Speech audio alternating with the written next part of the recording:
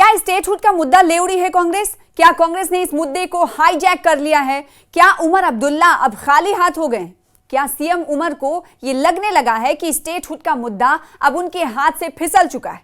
और क्या स्टेटहुड की वजह से ही दोनों पार्टियों में यानी नेशनल कॉन्फ्रेंस और कांग्रेस में अनबन होना शुरू हो चुकी है? ऐसा हम इसलिए कह रहे हैं क्योंकि जम्मू कश्मीर में स्टेटहुड पर मची सियासी तकरार इसी जानिब इशारे कर रही है और इस सियासी तकरार को जन्म दिया कांग्रेस की दिल्ली में स्टेटहुड को लेकर किए गए एहतजाजी मुजाहरे और कांग्रेस के इस एहतजाज पर सीएम उमर अब्दुल्ला के बयान ने। पहले बयान सुनिए, फिर उसके बाद आगे की कहानी बताएंगे। पहले हमसे बात करें ना, हम तो ये चीज़ें अखबार में पढ़ते हैं, हमसे तो किसी ने बात नहीं की। पिछले दिनों इंडिया ब्लॉक की मीटिंग हुई, उसमें भी जिक्र किया कर देते तो हम क्यों पीछे हटते ना। अब सबसे पहले तो हमने ये बेड़ा उठाया है, कैबिनेट में रेजोल्यूशन हमने पास कराया, असेंबली में रेजोल्यूशन हमने लाया। वो दूसरी बात है कि वहाँ हालात के वजह से उस रेजोल्यूशन पे बहस नहीं हो पाई, लेकिन ये बेड़ा हमने उठाया है। अब इतने दिनों के बाद उनको एहतजाज करना याद आया, बड़ी अच्छी बात है, लेकिन अगर उनको हमारा इसमें सपोर्ट चाहिए, हमारी मदद चाहिए तो हमसे बात करें, हमारे साथी भी इसमें शामिल होंगे। सीएम उमर अब्दुल्ला के बयान से ये लगने लगा कि कांग्रेस और एनसी में सब कुछ ठीक नहीं है। जो बयान आपने सुना उससे आपको अंदाजा लग रहा है कि सीएम नाराज नजर आ रहे हैं। उमर अब्दुल्ला के हालिया बयान से यह साफ झलक रहा है, जिसमें उन्होंने परोक्ष रूप से यानी साफ तौर पर नहीं कहा, नाम नहीं लिया, लेकिन कांग्रेस पर हमला बोलते हुए कहा कि उन्हें ना तो भरोसे में लिया गया और ना ही जंतर मंतर पर हुई रियासत के दर्जे की बहाली करने की मांग वाली रैली में बुलाया यानी मदु किया। और उसके बाद वक़ार रसूल वानी ने भी इस पर रद्द-ए-अमल का इजहार किया है। जब न्यूज़ 18 ने उनसे बातचीत की कि सीएम उमर अब्दुल्ला तो ये कह रहे हैं कि इस हवाले से उन्होंने अखबारों में पढ़ा, उन्हें कोई जानकारी नहीं है, कांग्रेस ने उनसे कोई राबता नहीं किया, कोई जानकारी नहीं दी। तो इस पर वक़ार रसूल वानी की तरफ से क्या कुछ कहा गया है वो आपको सुनाएंगे। और साथ ही साथ जो उन्होंने कहा है वो कहीं ना कहीं एक पैगाम दे रहा है। उन्होंने कहा कि उमर अब्दुल्ला को सिर्फ शिकायतें करने के बजाय मुकम्मल रियासती के दर्जे की बहाली को लेकर जो आंदोलन चल रहा है उसकी सदारत करनी चाहिए। वक़ार रसूल वानी ने कहा कि पीडीपी, नेशनल कॉन्फ्रेंस और जो दिगर सियासी जो पार्टियां हैं वो एकजुट होकर जम्मू कश्मीर को फिर से मुकम्मल रियासत के दर्जे को दिलाने के लिए कोशिशें करनी चाहिए। सुनिए वक़ार रसूल वानी ने और क्या कुछ कहा। ये शादी थोड़ी हो रही थी कि हम बोलेंगे आओ जी शादी में दावत खाओ। सब पार्टियों को करना चाहिए, पीडीपी को भी करना चाहिए, उनका भी मैनिफेस्टो है। जो भी लाइक माइंडेड पार्टी है, जैसे बीजेपी को छोड़ के, क्योंकि बीजेपी से हम मांग रहे हैं, बीजेपी के छोड़ के जितनी पार्टियां हैं करे ना, डर रहे क्यों रहे हैं? एक साइड से आप हुकूमत में मजे ले रहे हो, आपके मिनिस्टर ऐश कर रहे हैं, हमें नहीं पता क्या क्या ऐश कर रहे हैं, तो दूसरी साइड से आप बोलोगे कांग्रेस नहीं पूछ रही है। कांग्रेस अपने हिसाब से कर रही है प्रोटेस्ट, आप भी करो। आपके एमएलए 50 हैं, आके बिठाओ जंतर मंतर पे उनको। कोई सहायता की जरूरत थोड़ी है, उनको ट्रेवल भी मिल रहा है, उनके पास तनख्वाह भी है, पैसे भी आपकी जमात ने बहुत इकट्ठे कर दिए, तो आके यहाँ करो ना प्रोटेस्ट। वहीं दिल्ली में जम्मू कश्मीर के स्टेटहुड के लिए एक और प्रोग्राम का इनेकाद किया गया। इस प्रोग्राम में नेशनल कॉन्फ्रेंस के सरबराह डॉक्टर फारूक अब्दुल्ला और सीपीएम नेता यूसुफ तारिगामी और साथ ही साथ डिप्टी सीएम सुरेंद्र चौधरी और वहीं सांसद आगा रूहुल्ला यानी मेंबर ऑफ पार्लियामेंट आगा रूहुल्ला ने शिरकत की और साथ ही साथ सज्जाद हुसैन करगली भी मौजूद रहे और कांग्रेस नेता मनीष तिवारी भी इस प्रोग्राम में मौजूद रहे। प्रोग्राम के बाद प्रेस कॉन्फ्रेंस से खिताब करते हुए सभी लीडरान ने स्टेटहुड के लिए अपनी अपनी बातें रखी हैं। सुनिए। We're not here to boo. We're not here to beg. It is our right as Indians. Yes. As right by the Constitution of India, that what you have done is illegal. Restore it. Restore our statehood. Who gave you the right? Did you ask us? Was the assembly in session?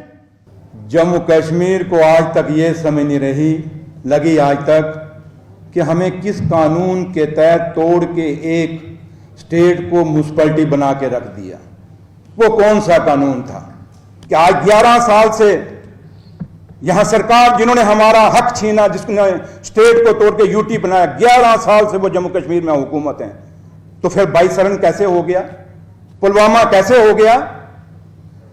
Jammu Kashmir में corruption क्यों नहीं रुकी? जम्मू कश्मीर में आज भी लोग, जम्मू कश्मीर की unemployment, आप देखें कितने लोग घर घर में बच्चा बेरोजगार है, नौकरियों के लिए तरस रहे हैं। हमारा मुद्दा और मकसद यही है कि कन्वे कर लें हम अपने concern as citizens of this country.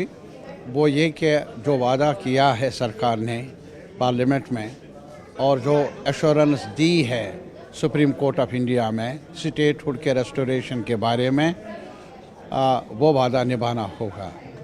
आज के इस इजलास का स्टेटहुड के बारे में जो यहाँ एक बड़ा कन्वेंशन मुनक्कद हुआ, मुद्दा और मकसद यही है कि ये कॉन्स्टिट्यूशनल राइट है जम्मू कश्मीर के आवाम का। हद तक कांग्रेस इस लड़ाई में हमारे साथ आ रही है, या जितनी भी पार्टीज़ है वो हमारे साथ आ रही है, हम उनका शुक्रगुजार है। और ये हमारी लड़ाई है न सिर्फ स्टेटहुड की, बल्कि अगस्त 5 को जितना भी हमसे छीना गया, जितनी भी कॉन्स्टिट्यूशनल गारंटी जो हमारे पास ही जम्मू कश्मीर के पास से हमसे छीनी गई, उस सब के रिटर्न की लड़ाई हमारी है। मगर हाँ, जिस लेवल तक भी जो पार्टी आती है, हमारी लड़ाई 370 से ज़्यादा है, स्टेटहुड से ज़्यादा है, 370 के बारे में है। मगर अगर कांग्रेस और लाइक माइंडेड पार्टीज़ इस लड़ाई में हमारी मदद कर रहे हैं, अभी अगर स्टेटहुड के हद तक ही हमें ये सपोर्ट मिल रहा है, तो वी अप्रिशिएट दिस सपोर्ट। तो मुकम्मल रियासत के दर्जे की बहाली को लेकर सियासत तेज होती हुई जम्मू कश्मीर में दिखाई दे रही है। अब पीडीपी और नेशनल कॉन्फ्रेंस और साथ ही साथ कांग्रेस, पीडीपी इस पूरे मामले में, इस पूरी पेशरफ्त पर कूदती हुई दिखाई दे रही है। इस पेशरफ्त के दरमियान पीडीपी ने नेशनल कॉन्फ्रेंस और कांग्रेस दोनों पर हमला बोलते हुए कहा है कि जब इंतखाबात में स्पेशल स्टेटस बहाल करने का वादा किया गया था, तो अब सीएम सिर्फ और सिर्फ मुकम्मल रियासत के दर्जे की बहाली की बात आखिर क्यों कर रहे हैं? सुनिए पीडीपी लीडर वरिंदर सिंह सोनू क्या कुछ कह रहे हैं। मैं तो ये पूछना चाहता हूँ, चीफ मिनिस्टर साहब से भी पूछना चाहते हैं कि जो पिछला इलेक्शन हुआ 2014 में, आपने टोपी फैलाकर लोगों से वोट मांगे 370 और 35 के नाम से। आपने कहा मुझे अक्सरियत दे दीजिए, मैं 370 और 35 से आपको वापस ला के दूंगा। जब लोगों ने बड़ा मैंडेट दे दिया, सरकार बनाई, दूसरे दिन ही आपने 370-35 को छोड़ के स्टेटहुड की बात की। आप अपनी पहले पोजीशन क्लियर कीजिए ना कि आप क्या चाहते हैं, स्टेटहुड चाहते हैं या स्पेशल स्टेटस चाहते हैं? 5 अगस्त 2019 के पहले वाली पोजीशन चाहते हैं क्या स्टेटहुड चाहते हैं? तो आज अगर कांग्रेस स्टेटहुड के लिए मार्च कर रही है, हमें नहीं मालूम इनकी बात है जहाँ क्या है क्या नहीं, हमें कुछ करनी है। लेकिन कांग्रेस की जो लीडरशिप थी उस वक्त देश की, पंडित जवाहरलाल नेहरू, उनके ही एफर्ट को, राजा साहब के एफर्ट से, महाराजा साहब के एफर्ट से हमें 370 और 35 से मिला था।